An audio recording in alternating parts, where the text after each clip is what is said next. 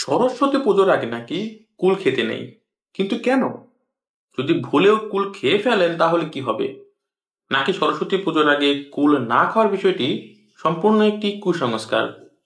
নাকি এর পিছনে আছে মহৎ এক পৌরাণিক কাহিনী?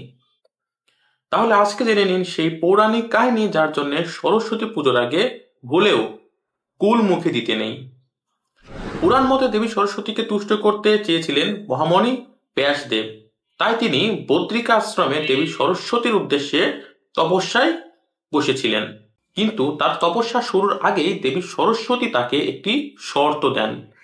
দেবী ব্যাসদেবের তপস্যা স্থলে একটি কুল বীজ এনে রাখলেন এবং বললেন, এই কুল বীজ যেদিন অঙ্কুরিত হয়ে চারা গাছ থেকে বড় গাছে পরিণত হয়ে নতুন কুল ধরবে এবং সেই কুল যেদিন তোমার মাথায় পড়বে সেই দিন তোমার তপস্যা পূর্ণ হবে। মহর্ষি ব্যাসদেব দেবী সরস্বতীর এই শর্তে রাজি হয়ে এক মনে দেবীর তপস্যা শুরু করলেন।